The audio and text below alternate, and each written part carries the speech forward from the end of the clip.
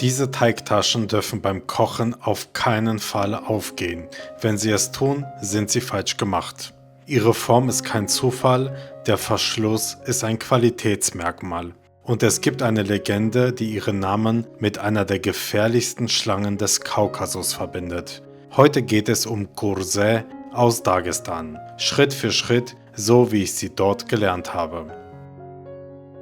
Wir beginnen ganz klassisch mit dem Teig. Mehl kommt in eine Schüssel, Salz dazu, ein Ei ist optional und kaltes Wasser. Der Teig wird 5 Minuten geknetet, bis er fest und glatt ist. Alle Zutaten und Mengen findest du wie immer unten in der Videobeschreibung. Der Teig wird jetzt abgedeckt und darf mindestens eine Stunde ruhen. Diese Ruhe ist entscheidend, damit er sich später extrem dünn ausrollen lässt, ohne zu reißen. Während der Teig ruht, kümmern wir uns um die Füllung. Ich arbeite hier bewusst nicht mit fertigem Hackfleisch, sondern mit einer ganzen Lammschulter. Mit Knochen, mit Fett und mit Struktur. Zuerst wird sauber pariert. Sehnen, Blutstellen, Knorpel und Silberhäute müssen weg. Das sorgt dafür, dass die Füllung später zart und sauber schmeckt. Der große Vorteil der Schulter ist ihr natürlicher Fettanteil. Und genau dieses Fett ist für Gurseh extrem wichtig.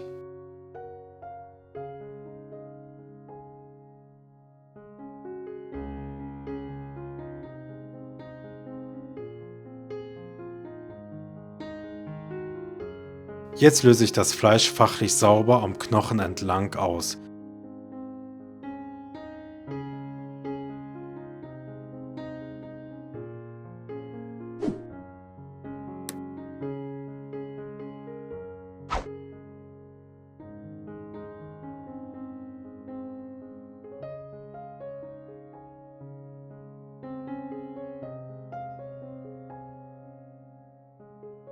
Die Knochen werden nicht weggeworfen. Ich wasche sie und setze daraus eine Brühe an. Die Brühe ist zum Trinken, zum Kochen der Gurseh und für einen kleinen Schluck in die Füllung. Die Knochen kommen ins kalte Wasser, dazu etwas Petersilienwurzel, ein kleines Stück Sellerie, etwas Lauch, Petersilie, Salz und Pfeffer. Ganz bewusst sparsam, denn das Lamm soll dominieren. Wenn sich oben Schaum bildet, wird er abgeschöpft. Das hält die Brühe klar. Auf Zwiebeln verzichte ich hier, weil die Knochen später auch für meinen Hund gedacht sind. Jetzt zu den Zwiebeln für die Füllung. Davon brauchen wir reichlich. In vielen Varianten werden sie roh verarbeitet. Ich schwitze sie bewusst in Butter an, so wie in meiner Kochausbildung, bis sie leicht Farbe bekommen. Diese Röstaromen geben der Füllung Tiefe und Charakter. Danach dürfen sie abkühlen. Jetzt schneiden wir das Fleisch für den Wolf. Dazu kommt das Fett von sogenannten Fettschwanzschafen. Dieses Fett heißt auf Russisch Gurdyuk und wird gerne in Reisgerichten verwendet, aber auch in uralten klassischen Gurseh-Varianten. Gurdyuk ist ein klassischer Geschmacksträger im Kaukasus. In Deutschland ist die Tötung dieser Schafsrasse verboten, soweit ich weiß, aber ihr könnt dieses Gurdyuk-Fett beim türkischen, arabischen und manchmal bei russischen Metzgern kaufen. Wenn du mein Dagestan Street Food Video kennst, dann kennst du Gurdyuk bereits. Dieses Fett, welches bei dieser Schafsrasse am Popo hängt, soll sehr gesund sein und kann geräuchert oder dünn geschnitten als Belag gegessen werden.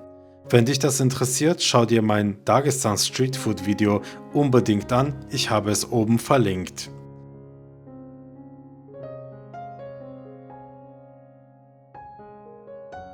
Jetzt wird alles grob gewolft. Fleisch, Gurdyuk und die angeschwitzten Zwiebeln. Ich arbeite mit einer großen Lochscheibe, weil das Fleisch für Gurseh ursprünglich sehr grob geschnitten wurde.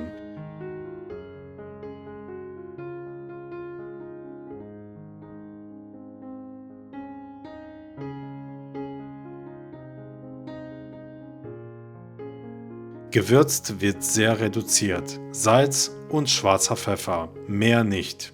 Es gibt Familien, die Kräuter oder Gewürze verwenden. Das ist regional unterschiedlich. Ich zeige hier eine puristische Variante, bei der das Lamm im Mittelpunkt steht. Wenn du es mit Kräutern und mehr Gewürzen machen möchtest, schau in die Videobeschreibung. Jetzt kommt ein kleiner Schluck von der Lammbrühe in die Masse, nicht viel. Die Füllung soll saftig sein, aber nicht nass. Das Fett übernimmt hier den Großteil der Saftigkeit. Füllung abdecken und in den Kühlschrank stellen.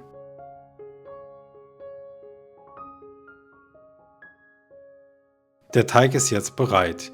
Ich teile ihn in 4 Stücke und rolle sie sehr dünn aus, entweder mit dem Nudelholz oder mit der Pastamaschine auf etwa Stufe 2.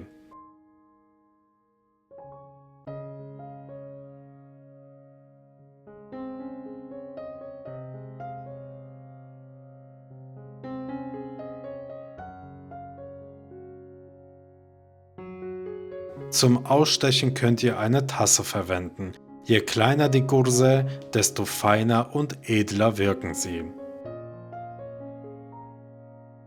Jetzt kommt der wichtigste Teil, das Formen. Ein Teigkreis in die Hand, ein Löffel Füllung hinein, nicht zu wenig. Der Rand wird fixiert und dann entsteht dieses typische Zopfmuster.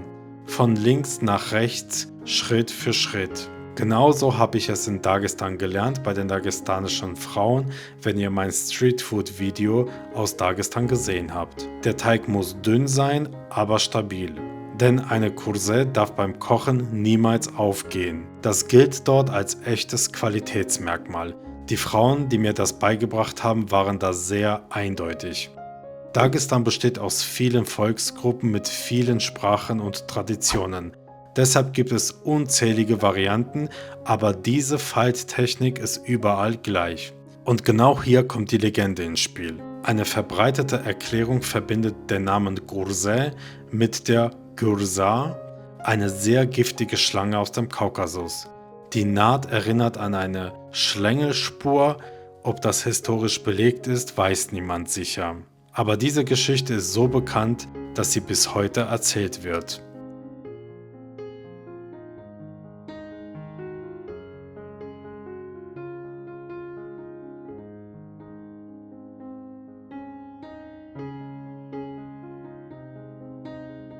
Die Teigreste werden übrigens nicht weggeworfen, sie werden wieder zusammengeknetet, erneut ausgerollt und weiterverarbeitet. So macht man das. Es gibt neben der Schlangenlegende auch eine sprachliche Erklärung. Der Name Gurse könnte aus nordkaukasischen Sprachen wie dem Tschetschenischen, Darginischen oder Awarischen stammen und sich auf das Falten oder Drehen oder Wickeln des Teiges beziehen. Einen eindeutigen Beweis gibt es dafür jedoch nicht.